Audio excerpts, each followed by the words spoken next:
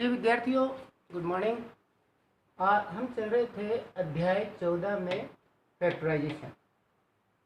Factorisation तो हम कर चुके हैं प्रश्नावली 14.2 तक।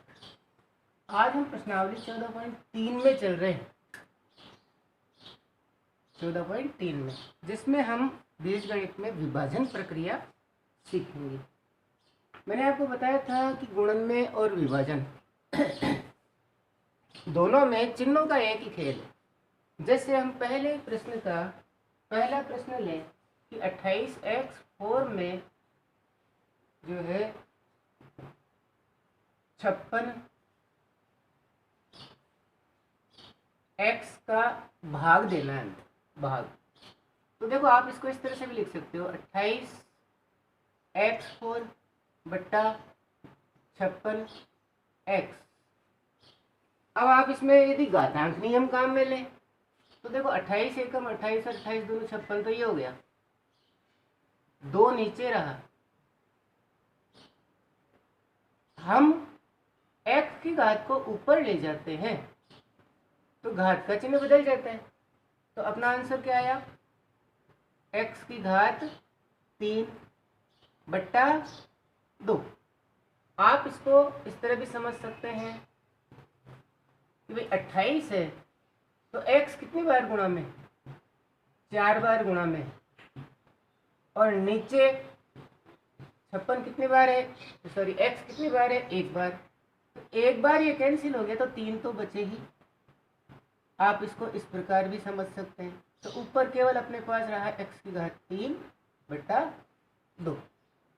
इसी तरह चलो देखिए अगले प्रश्न में चलते हैं। नहीं, अगले प्रश्न में नहीं चलेंगे, इसका सीधा 5वां प्रश्न में समझाऊंगा, क्योंकि बाकी प्रश्न आप स्वयं कर पाएंगे।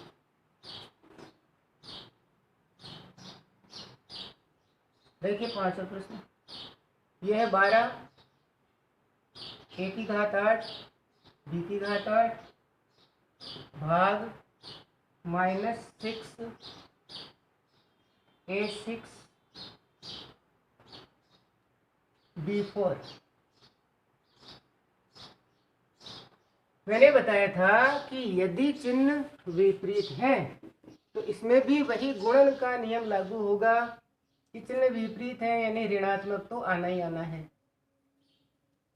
अब ये ऋणात्मक चाहे आप यहाँ लगाएं, चाहे ऊपर लगाते हैं, चाहे नीचे लगाते हैं, तो परिमेय संख्याओं में आपने पढ़ा हुआ है कि अंश और हर के चिन्ह विपरीत होने पर वह परिमेय संख्या ऋणात्मक होती है।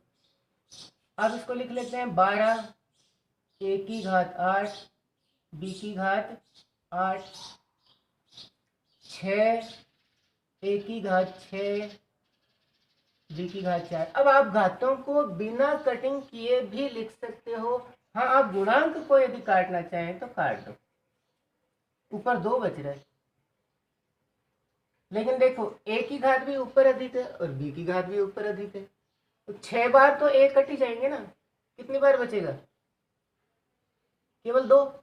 और घातांक नियम काम में लो तो 8 - 6 b की घात 8 - 4 2 a की घात 2 और b की घात 4, और ये आ गया।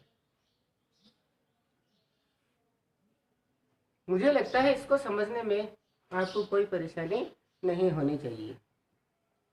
चलिए अब द्विपद या त्रिपद या बहुपद को हम एक पद से भाजन क्रिया करना सीखते हैं प्रश्न संख्या 2 में।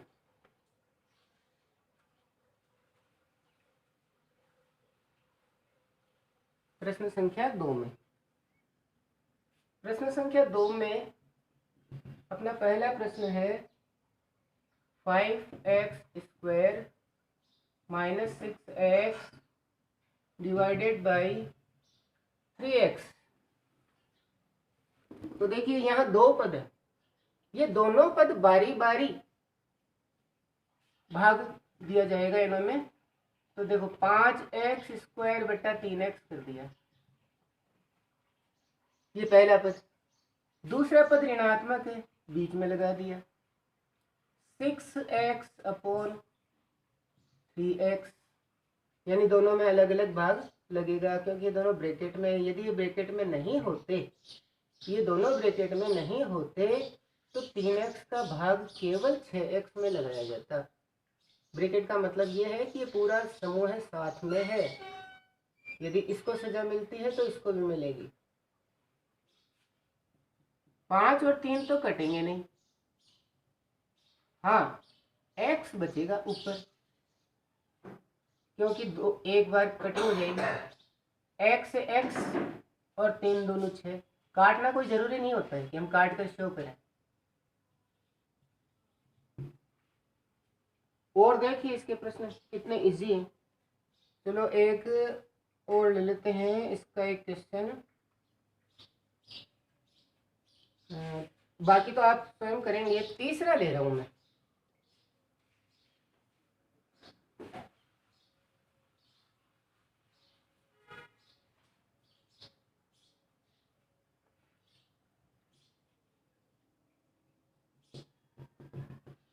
तीसरे में 8 जो है वो ब्रैकेट के बाहर है और ब्रैकेट के अंदर है x cube y square z square plus x square y cube z square और plus x square y cube and divided by 4x square y square z square. चलो पहले हम इनको एक साथ बटे में लिख लेते हैं। एक साथ जब बटे में लिखेंगे तो 8 x cube y cube z cube x square y square z cube upon 4x square y square z square. अब देखो बारी बारी भाग लगाते, तो 4 को हम पहले ही कट कर दें यहाँ पर 2। अब इस 2 को बाहर रहने दें यदि, और बड़ा ब्रैकेट ले ले तो x cube y square z square upon x square y square z square. इसी प्रकार आगे के पद,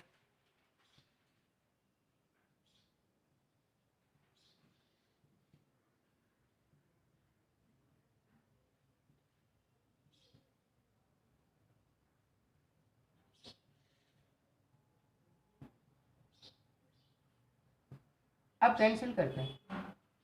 देखिए वाई स्क्वायर जेड स्क्वायर तो डायरेक्ट कैंसिल हो गया और एक्स बच गया एक बार। इसी प्रकार इसमें वाई बच गया एक बार, इसी प्रकार इसमें बचा जेड एक बार, और ये अपना आंसर हो गया। ये इतने इजी क्वेश्चंस है कि इनको आप मौखिक भी कर सकते हैं। अब देखिए हम चलते हैं प्रश्न संख्या 3 में। प्रश्न संख्या 3 देखो, पहले प्रश्न के भी 2 प्रश्न आपको समझाए हैं, दूसरे प्रश्न के भी 2 प्रश्न आपको समझाए हैं। बाकी प्रश्न आप स्वयं करेंगे तो मुझे पूरा विश्वास है कि आप अपने आप स्वयं कर लेंगे और आंसर मैच कर लेंगे।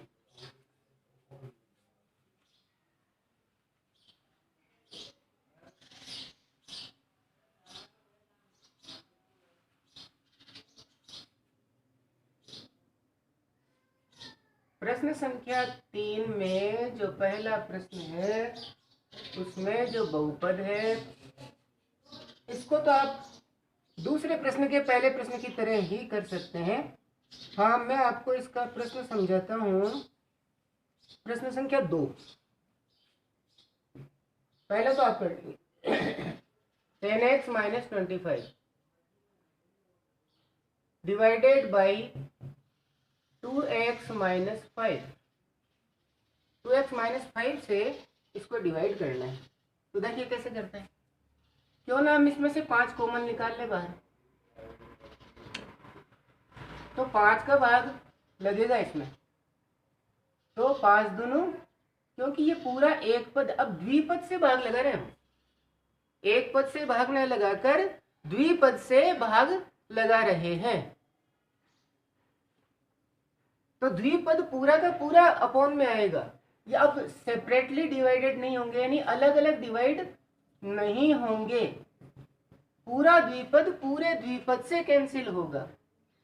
तो 5, यदि इनमें से कॉमन निकालिए 5 दूनी 10, एक्स बच गया, माइनस 5 25, 5 बच गया। देखिए पूरा का पूरा बहुपद, नीचे वाले बहुपद यानी जिससे हम डिवाइड कर रहे हैं, जिससे हम भाग लगा रहे हैं, विभाजन कर रहे हैं, उसके बराबर हो गया। तो ये पूरा का पूरा कैंसिल हो गया और अपना आंसर मात्र 5 ये आ गया। प्रिय विद्यार्थियों, इसके अन्य प्रश्न यदि आप स्वयं करें, क्योंकि ये बीजगणित है, स्वयं करने की चीज है। इस बीजगणित में जितनी कॉपियां भरी जाती है वह विद्यार्थी उतना ही सिद्ध हस्त होता जाता है। और बीजगणित में जिसने सिद्धता हासिल कर ली वो गणित की किसी भी शाखा में मात नहीं खा सकता है, ये मेरा पूरा वादा है। Okay, thanks for today and meet again tomorrow. Thank you.